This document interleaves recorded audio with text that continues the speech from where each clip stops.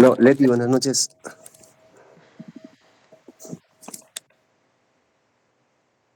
Aló, ¿me escuchan? Buenas Doctor, noches, buenas noches. Buenas noches, Hola, doctor. hola chicos, después de unas merecidas vacaciones, empezamos con la clase de cabeza, ¿ya? Leti, ¿estás ahí? Leticia, Sí, doctor, sí estoy. ya, estéte atenta, por favor, para que en cada momento que te pueda decir, pases las diapositivas, ¿ya? Ya, sí, doctor. Ya, listo. Bueno, siendo las 10 de la noche, ya habíamos quedado para pues simplemente poder terminar ya prácticamente estos dos segmentos como le había indicado de lo que es cabeza y lo que es neuroanatomía. Ya, el día de hoy vamos a hablar sobre lo que es en sí cabeza. Doctor, le estoy proyectando, ya está en el siguiente diapositivo. ¿Ya puedes ponerle en modo presentación, porfa? Ya.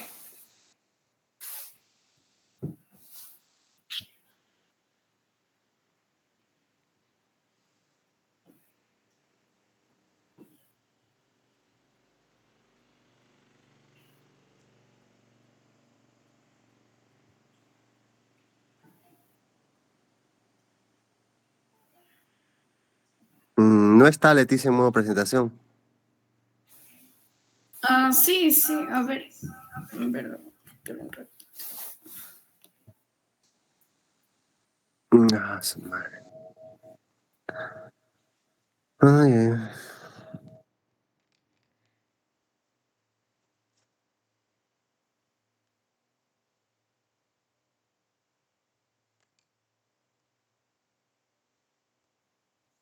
Eh,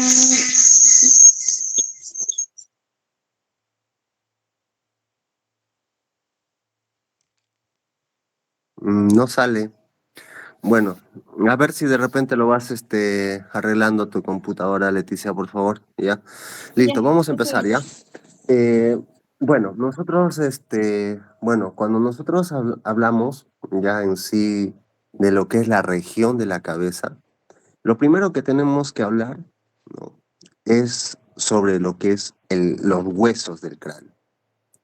Y si bien es cierto, vamos a diferenciar dos cosas importantísimas, ¿no? Que ahí lo están viendo. ¿Cómo se divide el cráneo para poder estudiarlo? En dos cosas. Uno, lo que es la bóveda craneal y lo que es la base del cráneo, ¿no? En este caso, nosotros estamos viendo en la figura cuáles van a ser los puntos límites para que pueda uno diferenciar entre la bóveda y la base. La bóveda va a ser, si nosotros nos ubicamos en la parte anterior del cráneo, vamos a tener unas protuberancias salientes, ¿no? Si ustedes tocan, por ejemplo, la órbita de sus ojos, a la altura de sus cejas, van a ver una protuberancia. Esa protuberancia se llama glabela. Si trazan una línea y se tocan la parte posterior de su hueso occipital, van a ver un sobresaliente también, un tubérculo occipital. Trazan una línea, todo lo que esté por encima de la línea va a ser la bóveda craneal. Y todo lo que esté por debajo de la línea va a ser la base del cráneo. Y si bien es cierto, ¿no? Nosotros cuando empezamos a hablar estos huesos, ¿no? Que van a pertenecer al cráneo, tenemos que mencionar que hay algunos huesos que van a pertenecer exclusivamente a la bóveda y hay otros huesos del cráneo que van a solamente participar en conformación, ¿no? Externa de la bóveda.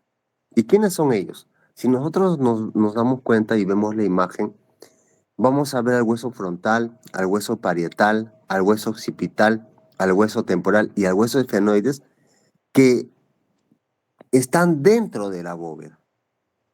Pero si, por ejemplo, hacemos una pregunta, ¿no? ¿Cuáles son los huesos que en sí forman parte exclusivamente de la bóveda? El hueso parietal. ¿Y por qué no el frontal? Porque el frontal forma parte de la bóveda y forma parte del piso anterior del cráneo o el techo de la órbita. ¿Y por qué no el esfenoides? Porque el esfenoides también forma parte de la base del cráneo. O sea, bóveda y base. El frontal, bóveda y techo de la órbita.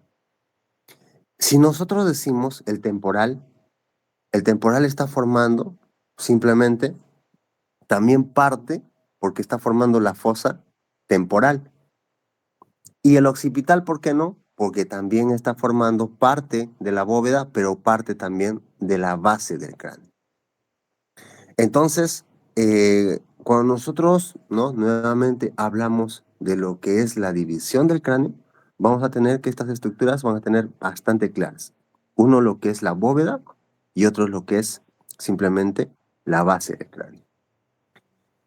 Entre estos huesos, ¿no? Entre estos huesos vamos a tener articulaciones. En el cráneo, las articulaciones se denominan suturas. En el cráneo, las articulaciones se denominan suturas, ¿no? Y es así que nosotros vamos a tener, ¿no es cierto?, una, una articulación frontoparietal, ¿no? Siguiente, por favor.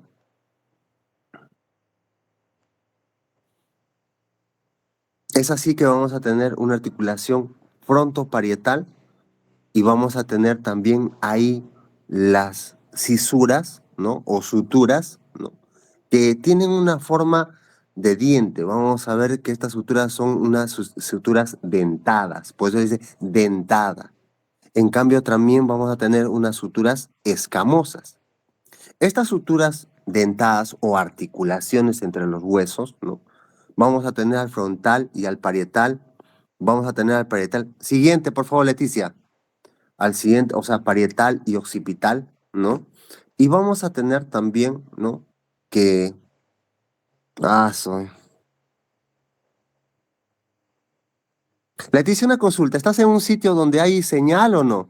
O de repente tal vez otro de tus compañeros pueda hacerlo. Sí, doctor, sí estoy en un lugar, solamente tengo complicación con mi laptop. No, por eso, pues, o sea, lo que quiero es, o sea, que simplemente se esté dando, porque si no, si me vas a estar, no me estás apoyando, ¿no? Ya, gracias.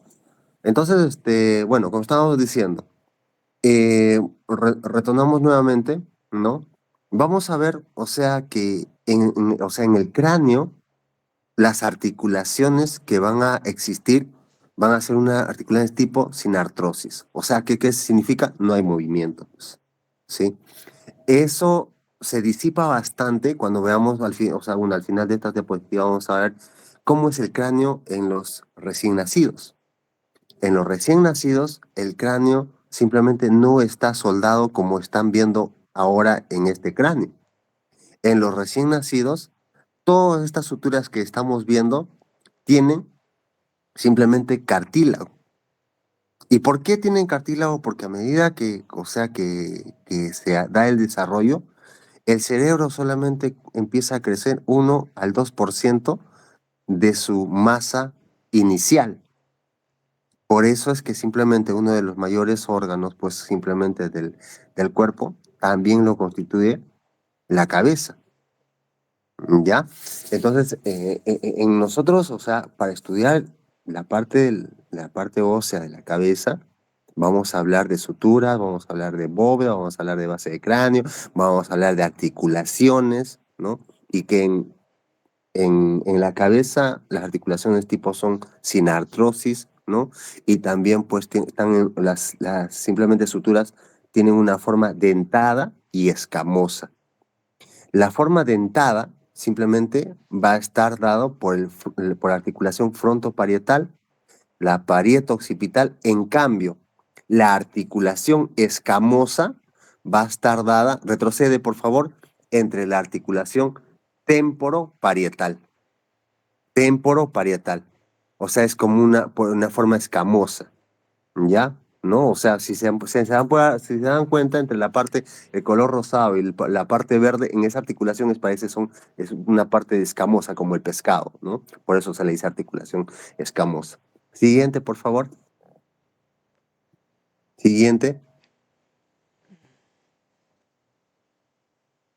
Ya. Cuando nosotros hacemos un corte, ¿no? A lo que es el cráneo, vamos a encontrar, ¿no? Uno, la bóveda, que es esto, que es la imagen que ustedes están viendo, y la otra es la base del cráneo. Eso lo vamos a ver posterior. Ahorita vamos a dedicar a explicar qué es lo que ustedes están viendo ahí y cuál es la importancia que tiene, ¿no? Que ustedes sepan de qué está constituido esta bóveda craneal y por qué cuando en algún momento ustedes estén en emergencia, siempre lo voy a decir, llega un paciente, ustedes tienen que decir a prioridad, bueno, sea el paciente que sea, cómo se cayó, de qué altura se cayó, qué parte de la cabeza se ha golpeado. ¿Y por qué es importante que ustedes sepan y pregunten qué parte de la cabeza se ha golpeado? Porque de acuerdo a que el paciente te diga, no, sí me golpeé la frente, la región frontal. No, o sea, me golpeé la parte del techo de mi cabeza, la parte parietal. No, me he golpeado aquí, en la parte a la altura de mi oreja, la parte temporal. No, me he golpeado la parte posterior de mi cabeza, la parte occipital. ¿Y por qué es importante que ustedes sepan esto? Porque si ustedes pueden ver ya en esa, en esa, en esa tapa del hueso óseo, del cráneo, van a ver una serie, ven, en el lado izquierdo están viendo unas líneas rojas y en el lado derecho están viendo unas líneas impregnadas en el propio cráneo. Esas líneas impregnadas en el propio cráneo son las líneas por donde van a discurrir las arterias. Las arterias. En cambio, por donde van a discurrir las venas, van a ser a través de los senos. Que ahorita, o sea, cuando hablemos de irrigación, ahí nos vamos a dar cuenta cómo están distribuidos. Pero si es que de repente, ahorita o sea, me pongo a observar, en la línea media de la figura, ¿no? En lo que están ¿cómo se llama? Las flechitas, hay un surco que ustedes están pudiendo ver. En ese surco se ubica lo que es las venas, ¿no? Sagitales, los senos sagitales, ¿sí? ¿Y qué son los senos sagitales? Son la acumulación de sangre venosa y que van a estar dados simplemente por un repliegue o sea, de lo que es la dura madre, una de las membranas más fuertes que tiene el cráneo, ¿correcto? Entonces, si nosotros nos podemos observar ahí el cráneo, vamos a ver que el cráneo tiene partes que es necesario saberlo, sí. ¿Por qué? Porque yo tengo que saber la parte externa del cráneo. ¿Y cómo se le denomina la parte externa del cráneo? Se le denomina tabla externa, ¿no? Tabla externa. Y a la parte interna del cráneo se le denomina tabla interna. Entre estas dos tablas existe todavía aún lo que se denomina un hueso tipo esponjoso. ¿Y cómo se denomina a este hueso tipo esponjoso? Diploe. Diploe, ¿correcto? Ese hueso todavía, o si ustedes recuerdan histología, el tejido esponjoso, ¿no? O en lo que es la parte ósea, es el que va a fabricar todavía glóbulos rojos porque tiene médula ósea roja, ¿correcto? Entonces, ahí, ¿no? Van a poder ver la gran diferencia que existe entre las arterias y lo que va a ser el drenaje venoso. En el cerebro, el drenaje venoso está dado por los senos, tanto el seno sagital, el seno transverso, el seno recto, que ahorita lo vamos a ver, ¿ya? Ahora, aparte de eso, están pudiendo ver ahí en unos círculos unas depresiones, si quiero llamarles, ¿no? Que se llaman, o sea, que son como granitos y se denomina granulaciones aracnoideas. ¿Y qué son estas granulaciones aracnoideas? Estas granulaciones aracnoideas, ¿ya? Son el, el, la parte terminal del flujo del líquido raquídeo, cefalorraquídeo. Si bien es cierto, cuando nosotros estudiamos encéfalo, vamos a estudiar las famosas cisternas. Las cisternas dentro del encéfalo, ¿ya? Son acumulaciones de líquido. ¿Pero qué líquido? Cefalorraquídeo. ¿Y quién produce ese líquido? Los plexos coroideos. Los plexos coroideos fabrican el líquido cefalorraquídeo y estos líquidos cefalorraquídeos se depositan en los ventrículos laterales del encéfalo.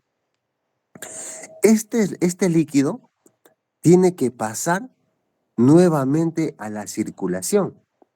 Es igual que cuando de repente nosotros se recuerdan cuando explicábamos en los diferentes segmentos que tocamos, yo les explicaba, ¿no?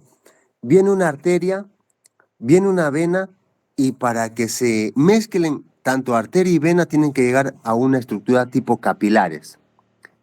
Y en los capilares, pues puede perderse albúmina, puede perderse glóbulos rojos, los glóbulos blancos, lo que ustedes quieran. ¿Quién se encarga de devolver nuevamente esa sangre, esas proteínas a la circulación venosa? El sistema linfático. Es así igual en el cerebro. En el cerebro, tanto la sangre que viene a través de simplemente las ramas de la carótida interna, como también de la carótida externa, vienen, o sea, y a través del polígono de Willis, que lo vamos a ver en neuroanatomía, drenan, o sea, llega su sangre, irrigan al cerebro, pero esa sangre también, ¿no? O sea, en los plexos coroideos va a haber como una filtración y va a fabricarse el líquido cefalorraquídeo. Ese líquido cefalorraquídeo, en un momento, ¿no? Crea una presión dentro del cerebro, que es la presión intracraneal. Esa presión intracraneal tiene que estar constante, que bueno, si me lo permiten decir, normalmente tiene que estar de 8 a 10 milímetros de mercurio. Esa presión tiene que estar constante. ¿Y quién se encarga de que no suba ni baje? Estos corpúsculos aracnoideos, que hacen que simplemente todo ese líquido cefalorraquídeo nuevamente pase a las venas y las venas simplemente lo conduzcan nuevamente a través de los senos, simplemente a lo que es ¿cómo se llama? El seno transverso, el seno sigmoides, y pase por el agujero rasgado posterior y se convierta en la arteria, no, la vena yugular interna, que eso lo vamos a ver luego ya. Lo único que, o sea, que quiero que fijen aquí es que estas granulaciones aracnoideas, o sea, devuelven el líquido cefalorraquídeo a los senos, ya, a los senos venosos del cerebro. ¿Ya? También lo pueden encontrar de repente como los corpúsculos de Pacchioni, ¿no? En el libro o de repente cuando ingresen a internet no lo van a encontrar como Pacchioni, lo van a encontrar como Pacchioni, o sea, con C de casa, Pacchioni, ¿ya? Así lo van a encontrar. Ahí de repente para profundizar puedan leer, puedan de repente investigar, ¿sí? Entonces, eso es lo más resaltante, ¿ya? Que vamos a encontrar en la bóveda craneal. Bóveda craneal, ¿correcto? Siguiente, por favor. Ahora, cuando nosotros ya empezamos a estudiar lo que es o sea, una vez ya estudiado la bóveda del cráneo, ¿no es cierto? Ahora vamos a pasar a estudiar. A ver, un rato, un rato, un rato. A ver, ajá, ajá, ajá. Ya. Por favor, ubícate en la primera diapositiva, por favor, Leticia. Listo. No, no, no, ahí está, ahí. Algo importante acá, ¿ya? Que se me estaba olvidando. Eh, cuando nosotros queremos ya tener un punto de reparo anatómico para encontrar una arteria que es bastante importantísima ya en el cuero cabelludo, que siempre lo van a ver de acá en adelante, nunca se olviden. Cuando ustedes estén en emergencia, cuando estén con un compañero, cuando salgan, cuando se chanquen la cabeza, lo que sea, y vean sangrado de la cabeza, recuérdense quién, qué arteria es la que les va a hacer sangrar bastante, es la arteria cerebral media. ¿Y cuál es el punto neuroquirúrgico o neuroanatómico para poder encontrarla? Es en lo que es la confluencia entre lo que es el hueso frontal, parietal, esfenoides y temporal. O sea, en ese triángulo, o sea, Leticia, porfa, ¿tú tienes un mouse ahí?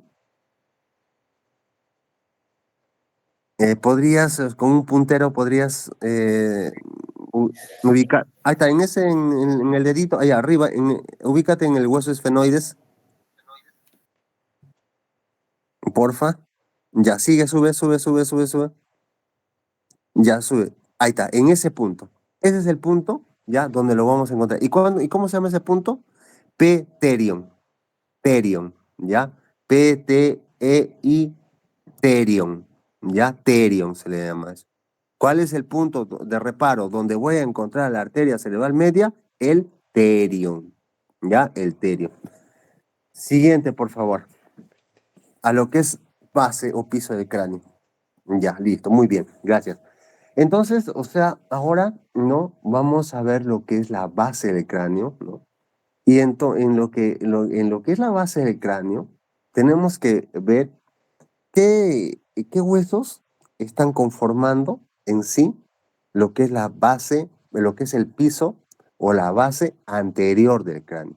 Y en este caso vamos a encontrar al hueso frontal, ¿no? ¿Y qué peculiaridades va a tener este hueso frontal? Que el hueso frontal, ¿no? Y esta base del cráneo también va a alojar a otro hueso, ¿no? Que es el etmoides. El etmoides. Cada hueso frontal ya forma también el techo de la órbita del ojo. Vamos a tener en la parte media del etmoides, ¿no? Como o sea, ahí en el dibujo está como unas líneas discontinuas, que es la cresta, o sea, bueno, que lo van a encontrar en los libros como cresta galli, ¿no? Como que es como como una cresta de gallo, ¿no? Cresta galli le dicen, ¿no? Y alrededor, ¿no? Del hueso etmoides van a encontrar simplemente unos huequitos, unos orificios, unas cribas, ¿no? O sea, los orificios o cribas. Por eso que cuando de repente ustedes empiecen a leer su libro o de repente encuentren algún artículo o o sea, otro material de estudio, van a encontrarlo como lámina cribosa del etmoides, ¿no? Una lámina cribosa del etmoides. ¿Y por qué es importante este hueso etmoides? Porque es por ahí, ¿no? Donde van a ingresar los axones del primer par craneal, ¿no? Del primer par craneal. Y cuando suben los axones de lo que es la parte de la mucosa olfatoria, suben, recién ahí, en esa lámina criosa del etmoides, va a estar lo que es el bulbo olfatorio, ¿no? El bulbo olfatorio. Ustedes van a poder ver, si es que de repente el tiempo lo permite, ¿no? En la parte de la mucosa nasal, ahí están las células simplemente mitrales, ¿no? Y que simplemente van a salir axones, las células murales, ¿no? Y van a llegar al bulbo y van a encontrar con las células de Schultz. Esas células de Schultz van a simplemente organizarse y van a ir simplemente a lo que es la parte frontal del encéfalo. Eso ya lo vamos a ver, las áreas del encéfalo, a qué área llega pues simplemente lo que es el nervio olfatorio, ¿no? Entonces, este hueso es importante porque cuando este hueso, ya, el etmoides, sufre una fractura, ¿no? ¿Qué es lo que vas a ver? Si es que el hueso etmoide sufre una fractura, son dos cosas. Bien va a salir sangre, que simplemente vamos a tener simplemente una hemorragia, ¿no? Nasal, o simplemente vamos a tener líquido cefalorraquídeo por la nariz, ¿no? ¿Por qué? Porque a través de estos orificios, de estas cribas, simplemente van a salir y van a darnos en sí, ¿no? Un signo clínico de que ya antes de tener una tomografía, decir que hay una rotura, ¿no? O una fractura de lo que es el hueso etmoides, ¿no? Ahora, si es que en caso, ¿no? Fuera una fractura de lo que es el hueso frontal, lo que vas a tener, lo primero que vas a tener y qué cosa va a alterar y para de repente saber que el hueso frontal está dañado, vas a tener que el ojito se va a volver como ojos de mapache. No sé si alguna vez ustedes han escuchado, ¿no? Cuando dicen, oye, tiene fractura de base de cráneo. ¿Y por qué? Porque tiene ojos de mapache. ¿Y por qué va a pasar eso? Porque justamente, ¿no? En el lado frontal, por el agujero simplemente donde discurre el nervio óptico, va a ingresar lo que es la arteria oftálmica, ¿no? La arteria oftálmica. Y esa arteria, pues, una de sus ramas, las 11 ramas que tiene, una de sus ramas simplemente se va a desgarrar por la fractura y va a hacer que todo el párpado, todo el ojo, pues se pinte de color morado, ¿no? Como el mapache, pues dicen ojo de mapache. Entonces, cuando tú veas, ¿no? Un paciente en la emergencia y que tenga pues ojos de mapache, lo que estás pensando ya clínicamente antes de sacarle pues la tomografía, simplemente vas a decir, ya, este paciente puede estar teniendo o cursando con una fractura de piso anterior. ¿Y qué puede estar fracturado? De frente, hueso frontal. ¿Correcto? Hueso frontal. Ahora, ¿alguna pregunta hasta ahí, por favor? ¿Alguna pregunta? Listo, muy bien, sigamos avanzando. Así como también el hueso etmoides permite la salida, ¿no? De componentes tanto de sangre como líquido cefalorraquídeo, también va a permitir la entrada de algunos parásitos. Y uno de los parásitos que mayormente, ¿no? Y ustedes van a poder de repente tal vez ver ¿cómo se llama? Niños o jóvenes, adultos, ¿no? Que de repente se ingresan a los ríos, ¿no? Y hay un golpe en la región frontal y el niño, pues, o el paciente, pues, dentro de una semana viene con fiebre y con dolor de cabeza. ¿Qué creen que haya pasado? Lo que ha pasado es que normalmente en esos ríos de Puquio, ríos, etcétera, etcétera, simplemente vive un parásito de vida libre, que es la Naegleria, ¿no? La Naegleria, la Naegleria fowleri. Esa Naegleria es un parásito que ingresa por la lámina cribiforme del etmoides y simplemente inflama las membranas del encéfalo. Puede ser aracnoides, puede ser la pía madre, la dura madre, ¿no? Que simplemente va a alterar el funcionamiento, ¿no? Del encéfalo a través de esas membranas y va a crear una presión intracraneal.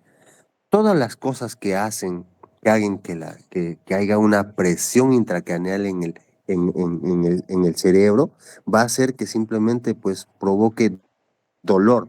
¿Por qué? Porque a diferencia de de todas las estructuras del cuerpo, ¿no? El cerebro no tiene lugar a donde pues expandirse. Está dentro de una bóveda y esa bóveda es maciza y que es el cráneo. Por eso cualquier pues golpe, cualquier traumatismo encefalocraniano hace que el cerebro, o sea, cuando se golpea, se inflama, ¿no? Y la inflamación crea edema. Por eso se le dice edema cerebral. ¿Y qué pasa con el edema? Ustedes han visto, cuando ustedes se golpean la mano, la pierna, se hace con, ustedes, ¿no? El famoso, así, de repente, en términos, de repente un poco simplistas, se hincha, ¿cierto? Igual, cuando el cerebro se golpea, también se hincha, o sea, se edematiza. Pero la gran diferencia entre que, por ejemplo, la piel o el abdomen, lo que sea, crece, se distiende. Pero imagínense el cerebro que se distienda. ¿Ustedes creen que el cráneo va a distenderse? No hay dilatación craneal, ¿no? Entonces, ¿qué pasa? Al expandirse por un edema cerebral, crea presión. Y esa presión empieza a comprimir los vasos, empieza a comprimir el drenaje venoso y provoca dolor. El paciente viene con un dolor crónico, ¿no? Entonces, eso es lo que puede causar simplemente, ¿no? Si de repente tal vez en algún momento ustedes se enfrenten, y generalmente es lo que pasa en la selva, ¿no? Con eso, con ese tipo de pacientes. O sea, paciente que viene con un dolor de cabeza, con malestar, con náuseas, vómitos y fiebre, y le has sacado todos los exámenes sabidos y por haber, simplemente pues, y todo te ha salido negativo, no te olvides, no te olvides, puede ser un parásito. Y pregúntale, señora, señor, ¿usted ha ido a algo, o sea, a un agua estancada, tipo una piscina o un río? Ah, sí, hace una semana o 2 semanas. No, Naegleria fowleri, ya, puede ser Naegleria fowleri, ¿correcto? ¿Ya? Listo. Bueno, ahora, cuando nosotros ya, de repente tal vez también tengamos una fractura de lo que es el hueso etmoides, así como puedo simplemente lesionar, ¿no? Las células o el bulbo raquídeo, si es que, por ejemplo, lesiono el bulbo raquídeo y lesiono los axones que están subiendo de la mucosa nasal al bulbo, ¿qué es lo que voy a esperar tener? Anosmia o hiposmia, ¿no? O sea, disminuye la olfacción. O de repente tal vez no tengo nada de olfacción, ¿correcto? Eh, Muchas veces también ustedes me preguntarán, y doctor, ¿sabe qué? ¿Y por qué cuando, por ejemplo, una persona está con rinorrea o sea, o tenemos lo que es una infección de lo que es la vía respiratoria alta, ¿no? Se inflama y ya, o sea, como siento como mi nariz que, wow, estuviera hinchado y no huelo nada. Entonces, ¿qué es lo que pasa? El edema ha engrosado la mucosa y como ha engrosado la mucosa, está alejando a las neuronas que están ahí de percibir los olores. O sea, crea como una pared alta. Y cuando tú quieras oler, simplemente ¿qué va a pasar?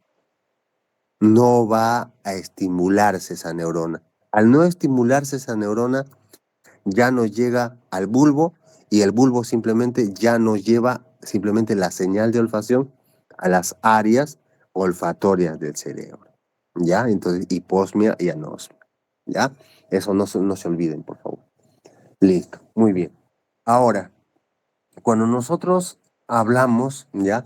De lo que es el piso medio, en el piso medio lo que vamos a encontrar es al hueso esfenoides, ¿ya? Al hueso esfenoides, al hueso temporal, ¿ya? Y que simplemente vamos a ver, ¿no? Que el esfenoides, como le dicen, ¿no? Es como un murciélago. Si es que ustedes observan el esfenoides, es como un murciélago. Tiene dos alas menores, ¿no? Y dos alas mayores.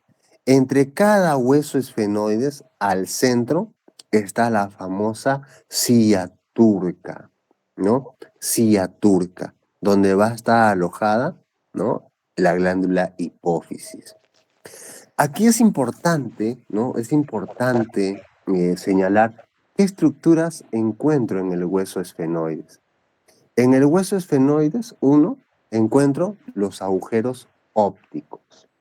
Encuentro los agujeros ópticos. Al costado de los agujeros ópticos, ¿no? Encuentro el agujero rasgado. ¿no? El agujero rasgado o hendidura esfe- este, esfenoidal, ¿no? Donde ahí van a pasar una serie de estructuras, ¿no? Una serie de estructuras que ahora vamos a mencionar posteriormente, ¿ya? Aparte de la hendidura, tenemos tres huequitos ahí en el esfenoides, ¿no? Y que primero es el agujero redondo mayor, el agujero que está al medio, ¿no? Es el agujero oval, ¿no? Y el que está la parte posterior, el agujero redondo menor o espinoso, ¿no? O espinoso, ¿ya? ¿Es importante saber estos agujeros? Sí, porque por estos agujeros, ¿quién va a pasar? Va a pasar el quinto par craneal, el nervio trigémino, ¿ya? El nervio trigémino, ¿correcto? Entonces, mm, bueno, el nervio trigémino, ¿correcto? Entonces, cuando nosotros hablamos ya del esfenoides, vamos a, ¿cómo se llama? A hablar, ¿no? Siguiente, por favor. Ya, ustedes van a poder ver ahí, ¿no? Como hace un momento lo dijimos, vamos a tener una serie de estructuras, ¿no? Como el agujero óptico, el agujero simplemente redondo, oval y el espinoso, ¿correcto? Vamos a ver que el agujero óptico va a ser simplemente la salida del nervio óptico y donde va a formar el famoso quiasma óptico, ¿ya? Si en algún momento, ¿cuál es la importancia acá? Si algún momento, si ustedes, por ejemplo, ven, ¿no? Que hay una tumoración en la parte de la glándula hipófisis, lo primero que va a comprimir la glándula, una tumoración, un adenoma, por ejemplo, de la glándula hipófisis, es el nervio óptico. Y cómo vas a tener a un paciente, ¿no? El paciente, por ejemplo, muchas veces va a ir al hospital y ¿qué es lo que va a hacer? Lo que te va a referir es lo siguiente, ¿sabes qué, doctor? Eh, Poco a poco estoy perdiendo la visión. ¿Y qué hace? Tú lo que haces, lo primero que haces, ya, bueno, ¿sabes qué? Anda el oftalmólogo, ¿no? Y el oftalmólogo simplemente revisa la retina, le revisa la córnea, le revisa el cristalino, le revisa el iris, la pupila, todo, y determina que, bueno, utilice lentes. Pero ese paciente a los 3, 6 meses, un año, regresa y empieza a decir, ¿sabes qué, doctor? Ya no veo nada. Y nunca se le pasó por la mente al oftalmólogo en pedirle una tomografía y decir que no solamente pueda estar mal la retina o alguna célula de la retina, porque ustedes saben que hay 10 capas de la retina. Entonces, o sea, y no se le ocurrió pedir de repente una tomografía y decir, oye, ¿sabes qué? Aquí hay un tumor y que algo está comprimiendo el nervio óptico. Entonces, o sea, es importante saber, ¿no? Las estructuras y los reparos anatómicos de este hueso, sí. ¿Es importante saber cuáles son los agujeros que pertenecen a este hueco? Sí. ¿Y qué más es importante saber y aprovechar simplemente ya que el temporal está ahí? Ahí está en lo que es una manchita roja, está donde ahí es el asiento del ganglio, ¿no? Del quinto par craneal, que se denomina el ganglio de Gasser. Y a partir del ganglio de Gasser es donde emiten la primera rama, ¿no? Que es la rama del nervio oftálmico, la segunda rama que es la rama mandibular superior y la tercera rama que es el nervio mandibular inferior, ¿correcto? Y que simplemente pues no vamos a tener o sea, si nosotros hablamos de la hendidura esfenoidal, que hace un momento lo dijimos, ¿cuáles son las estructuras que pasan por esa hendidura esfenoidal? Tercero, cuarto, sexto, ¿no? Y la vena oftálmica, ¿no? Y la vena oftálmica, ¿correcto? Entonces, ahí, ¿no? Lo estamos denotando, ¿ya? También que dentro de lo que es el hueso esfenoides, también vamos a ver a otra estructura que es el hueso del temporal. El hueso del temporal tiene dos partes, que uno es la parte petrosa y la otra es la parte escamosa, ¿no? O sea, la parte petrosa también del temporal se le conoce como peñasco, ¿no? Como peñasco. La parte escamosa simplemente sirve de asiento a lo que es los surcos y y los lóbulos de lo que es el lóbulo parietal del encéfalo, ¿no? Pero aquí hay algo importante en la parte petrosa del temporal o el peñasco, porque en esa parte, en el peñasco o en la parte petrosa del temporal, va a estar alojado tres estructuras, que es el conducto auditivo interno, el conducto auditivo medio y el conducto auditivo externo. Toda esa secuencia, ¿no?, de estructuras van a estar aquí en el peñasco. Si bien es cierto, ¿no? Y de repente tal vez, o sea, ustedes tienen que tener bastante claro que que en el peñasco en sí va a estar lo que es, propiamente dicho, la estructura de lo que es el oído interno. En cambio, el oído medio, el peñasco le va a servir como el techo de la caja timpánica.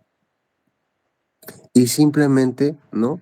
El conducto auditivo externo, que es bastante corto, ¿no? Casi 2 centímetros a 1 centímetro, simplemente va a formar parte de la parte externa de lo que es el peñasco o la parte petrosa del temporal. ¿Ya? Eh, Siguiente, por favor.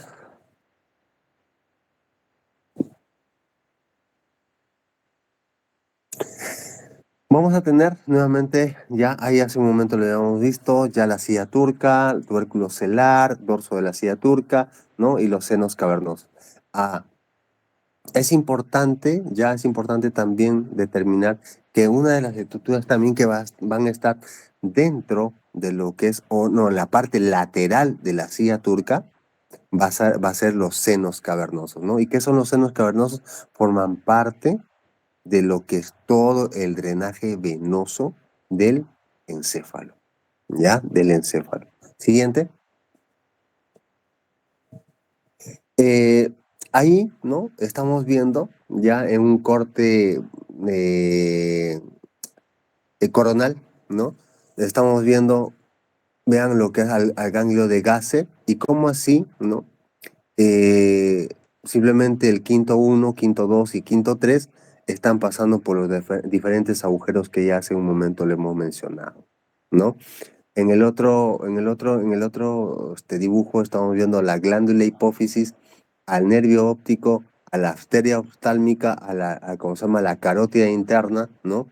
O sea, bueno, ustedes saben que la carótida interna llega pues al encéfalo y va a empezar a dividirse pues, ¿no?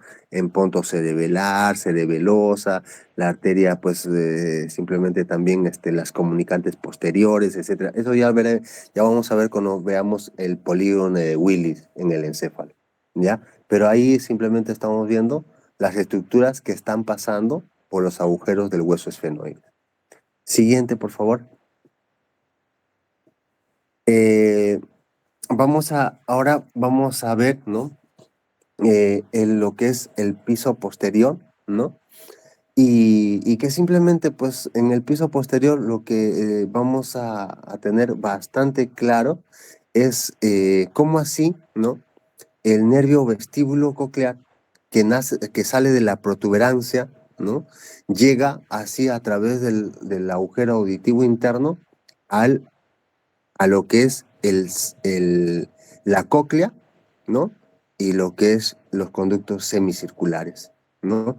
Tanto lo que es la cóclea, lo que va a dar, ¿no?, la parte auditiva, y lo que es la parte de los conductos semicirculares, que va a dar la parte del equilibrio, ¿no? Del equilibrio.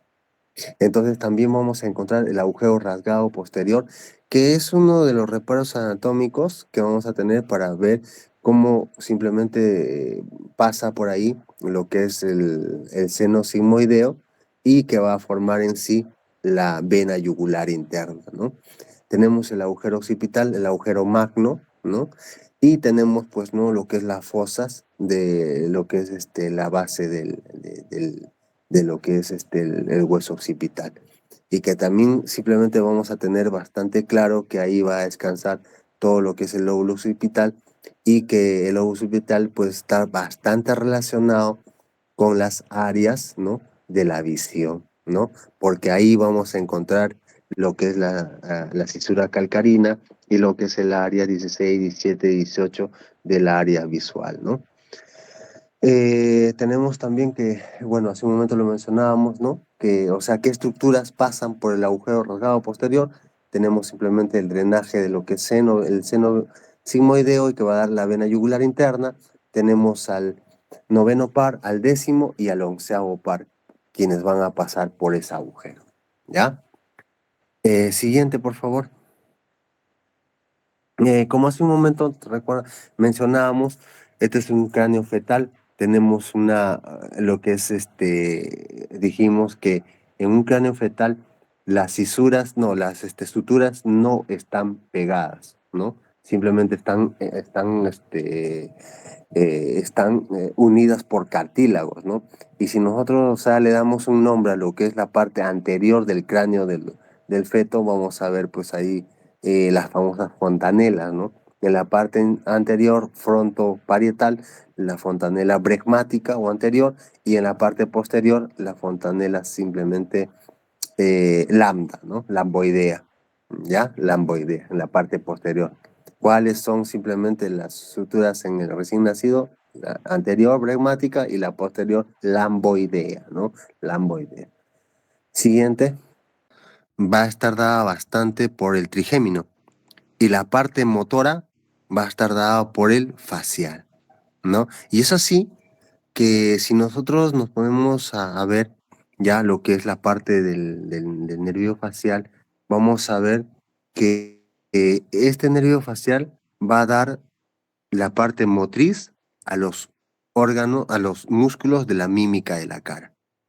Y es así que nosotros cuando hablemos, o sea, de músculos de la cara, son aquellos, o sea, aquellos músculos que van a estar siempre en orificios naturales de la cara, en lo que es la órbita, lo que es las fosas nasales y lo que es la boca, ¿no? Siempre van a estar ahí, ¿no? ¿Por qué? Porque van a cumplir una función bastante importante en las gesticulaciones que tenemos a cada instante de nuestra vida, ¿no? Siguiente, vamos a empezar por el músculo de la expresión de la alegría, ¿no? Que es el famoso músculo cigomático mayor, ¿no? El músculo cigomático mayor, ¿no? Vamos a ver, ¿no? Que el músculo de la expresión de la tristeza, el depresor de la comisura labial o triangular de los labios, ¿no? Leti, porfa, avanza. Ya, bueno, hay un rato. Ya, bueno, estás en lo que es, bueno, expresión de la alegría, ¿no? Simplemente el cigomático mayor, ¿ya? Y un accesorio es el cigomático menor, ¿no? También tenemos al músculo risorio de Santorini, ¿no? Que son músculos que van a dar la expresión de la alegría, ¿no? Eh, Siguiente, vamos a tener también el músculo principal de la tristeza, que es el depresor, la comisura labial, y que este músculo va a estar bastante relacionado con qué músculo, con el platisma o cutáneo del cuello, ¿no? Platisma o cutáneo del cuello, ¿no? ¿Qué músculo? El depresor de la comisura labial, ¿no? De la músculo de la tristeza. Eso lo habíamos visto en cuello, ¿se recuerdan? Vamos a tener también al otro músculo siguiente, que es el músculo superciliar o corrugador de las cejas, ¿no? Que también en algunos libros lo van a encontrar con el músculo prócer, ¿no? El músculo prócer, ¿no? También el corrugador de las cejas. Vamos a también encontrar siguiente al músculo, ¿no? Frontal. ¿Y qué es el músculo de la sorpresa, no? Cada vez que tú te asombras de alguna sorpresa, como dice entre comillas, frunges la frente, ¿no? es el músculo frontal, ¿no? Siguiente, vamos a tener también en orden de, también en otro orificio que es la boca, el músculo bucinador, ¿no? ¿Y cuál es la importancia de este músculo bucinador? Es que simplemente, pues, ¿no? O sea, una de las características va a ser atravesado por el conducto de Stenone, ¿no? Y que es un drenaje de la glándula parótida, que ya más adelante lo vamos a ver, ¿ya? Siguiente, aquí es importante, ¿no? Saber, como decía hace un momento, hemos visto, ¿no? En lo que es la parte de la bóveda, la base del cráneo, ¿no? Entonces, es importante ahora saber qué cosa es lo que recubre toda esa bóveda, qué es lo que es el cuero cabelludo. El cuero cabelludo, así como ustedes ven, tiene una serie de capas. Y cada una tiene una función, ¿no? Vamos a tener a la piel, ¿no? De la piel del cuero cabelludo, al tejido conectivo denso. Este tejido conectivo denso es el tejido que tiene mayor vascularización. Tiene mayor vascularización. O sea, por eso que simplemente cuando tú te golpeas, ¿cómo se llama? La cabeza y tienes una herida, se forma una... Bueno, las heridas, o sea, si ustedes quieren denominarlo técnicamente, son soluciones de continuidad. Y o sea, ¿cuál es la capa que sangra más en el cuero cabelludo? El tejido conectivo denso, ¿no? De ahí tenemos la fascia epicraniana, tenemos el tejido conectivo laxo. ¿Cuál es el tejido del cuero cabelludo que mayormente se infecta? El tejido conectivo laxo. Ese es el que se infecta. Por eso, ¿no? Cuando ustedes, por ejemplo, estén en la emergencia en su internado, en algún momento cuando lleguen, ¿no? Llega un paciente, recuérdense esto, del cuero cabelludo. Si una herida ha atravesado hasta, ya vas a ver ¿cómo se llama? La tabla externa, ¿no? El periósteo ¿cómo se llama? Del cráneo, y que en el cráneo, ¿no? O sea, vas a ver el pericráneo, ¿no es cierto? ¿No? Y simplemente lo que vas a ver, pues es un color medio blanquito, ¿no? Blanquito amarillento. Entonces date por seguro que esa herida ha traspasado todas las capas del cuero cabelludo. Entonces esa herida tiende a sangrar y tiende en tu cabeza a que en algún momento se va a infectar. Entonces, ¿qué haces? Simplemente suturas y ¿qué cosa le das? Antibiótico. ¿Suturas para qué? Para que pare el sangrado. ¿Y le das antibiótico para qué? Para que no se infecte. ¿Y por qué?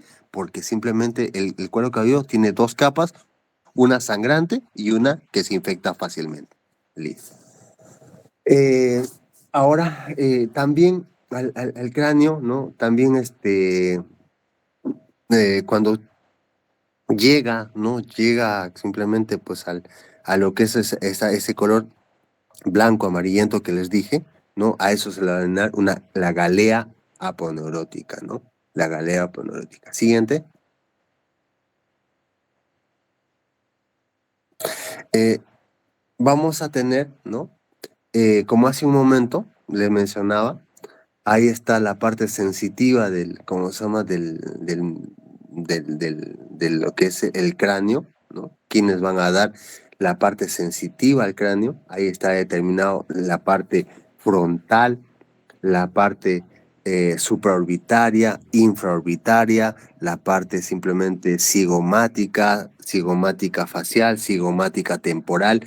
O sea, cada uno está simplemente ahí especificado y con cada nervio, ¿no? Por ejemplo, la región posterior, nervio occipital mayor, ¿no? De Arnold, tercer nervio occipital, la parte posterior ¿cómo se llama? Casi en la articulación parieto-occipital, ¿no? Tenemos el nervio aurículo temporal, tenemos el nervio cigomático temporal, supraorbital y supratroclear, y que todas ellas van a ser ramas de del nervio del quinto par craneal. ¿Ya? Siguiente. tenemos ahí nuevamente, ¿no? Cuáles son la dependencia de cada nervio. Vamos a ver que las fosas nasales, la parte orbitaria, la parte frontal y casa temporal va a estar por el quinto uno. Vamos a tener que la parte del tercio externo y la parte cigomática, ¿no? Del pómulo, simplemente por el quinto 2. Y vamos a tener casi la parte preauricular, la parte mandibular, ¿no? Por el quinto 3. Aquí, de repente, tal vez también mencionar que una de como de las ramas que simplemente también va a ser inervada ya en lo que es la parte del gonio, ¿no? Va a estar por el nervio cervical del plexo cervical superficial, ¿no? El aurículo temporal o auricular mayor, ¿no? Y lo que es el cuello, lo que es la parte cutánea transversa. Siguiente. Igual, ¿no? El mismo. Siguiente. Vamos a tener simplemente las ramas, ¿no? Sensitivas del quinto, simplemente del quinto 3, ¿ya? Siguiente. Aquí en la siguiente diapositiva, lo que ustedes lo que es importante saber, ¿no? Que el nervio facial y el nervio vago, ¿no? Vamos a tener también inervación, o sea, con el gran nervio auricular, también con el occipital, con esta patología que es del Ramsay-Hunt. ¿Qué es la patología Ramsay-Hunt? Así como como se llama, las astas posteriores, ¿no? En lo que es la varicela, cuando por ejemplo un niño tiene varicela y simplemente pues uno piensa que esos virus van a desaparecer. No, los virus de la varicela simplemente van a lo que es la asta posterior y quedan ahí para siempre. ¿Y cuándo se van a reactivar? Cuando simplemente la paciente simplemente baja el sistema inmune, esos virus se reactivan y el dermatoma, por los cuales, donde se albergaron, por ejemplo, sea en la parte abdominal o en la parte del tórax, todo el dermatoma, cuando ese nervio empieza a bajar la inmunidad, empieza a dar un dolor tipo ardor al paciente. Y aparte del dolor tipo ardor, le hace que simplemente esa parte empiecen a tener heridas escoriativas y que el paciente pues no sufre mucho porque el dolor es tipo ardor, quemazón, y es fastidiante. Y eso es lo que es el herpes zóster, ¿no? Entonces, o sea, el síndrome de Ramsay-Hunt simplemente va a ser eh, la, la contaminación de este virus del herpes zóster en lo que es el nervio vago y el nervio facial en la región auditiva. Siguiente. Eh, cuando nosotros empezamos a hablar, ¿no? De la irrigación y el drenaje de la cara, vamos a hablar de cosas bastante importantísimas, ¿no? De lo que es la carótida externa y de lo que va a ser simplemente su primera rama, ¿no? Que es la arteria facial. La arteria facial simplemente va a tener un recorrido, va a ir por el tercio medio de lo que es el maxilar inferior, ¿no? Va a ir al lateral, simplemente a la cavidad de la boca y va a terminar en la arteria angular en la cavidad orbitaria, ¿no? Y va a dar simplemente pues su rama mentoniana, su rama simplemente maxilar, tanto inferior, superior, ¿no? Y que va a permitir la irrigación también de todos los músculos de la cara, ¿no? Y así como simplemente pues también tenemos pues la arteria que tiene su irrigación pues en la cara, vamos a tener también su drenaje, ¿no? Y ustedes saben pues que ese drenaje al final, ¿no? De lo que es la cara, la retromandibular y la auricular posterior van a formar simplemente la vena yugular, ¿no? Siguiente. Bueno, ahí tenemos cada rama, la arteria mental, facial, externa, ¿no? Todos de la carótida externa. Siguiente. O sea, una de las cosas que también vamos a ver y es importante en lo que es la cara, ¿no? Es la glándula paratiroides. La glándula, no, la glándula parótida. Disculpen. La glándula parótida. Esta glándula parótida, ¿no? Va a estar ubicada en la parte preauricular en la parte inferior y que va a estar simplemente, pues, no, o sea, delimitada casi por el borde de lo que es el esternocleidomastoideo, ¿no? Vamos a, siguiente, por favor. Vamos a tenerla, ¿no? Que es uno de los puntos de reparo anatómico, uno, para la división del nervio facial, ¿no? Y también simplemente para lo que es como como un punto de reparo anatómico para lo que son las venas y las arterias, ¿no? De lo que es la cara. Esta glándula, parótida simplemente va a cumplir una función de simplemente segregar saliva a través de su glándula, su conducto de esteno, y donde va a ser pues desembocada en el segundo molar posterior, ¿no? En la parte vestibular de la boca. Esta glándula parótida, ¿no? Simplemente lo que va a tener de importancia que al ser parte de la fascia endotraqueal, ¿no? Porque la glándula parótida va a pertenecer casi a la fascia endotraqueal del cuello.